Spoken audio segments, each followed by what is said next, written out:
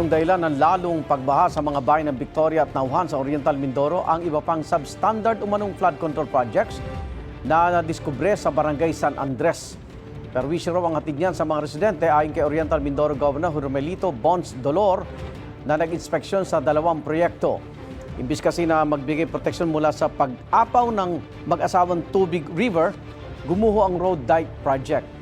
Ang proyekto ay nagkakalaga ng mahigit 400 milyong piso na gawa ng kontatistang New Big 4J. Ayon pa kay Dolor, hindi na nga raw sinunod ang plano, sira pa ang mga bahagi nito at maikli ang sheet piles ng sukatin.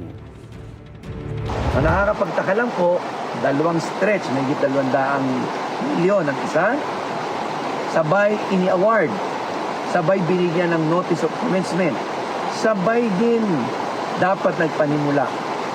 Pero dapat magkaibang kontratista dahil dalawang magkaibang proyekto, pero iisa po ang kontratista.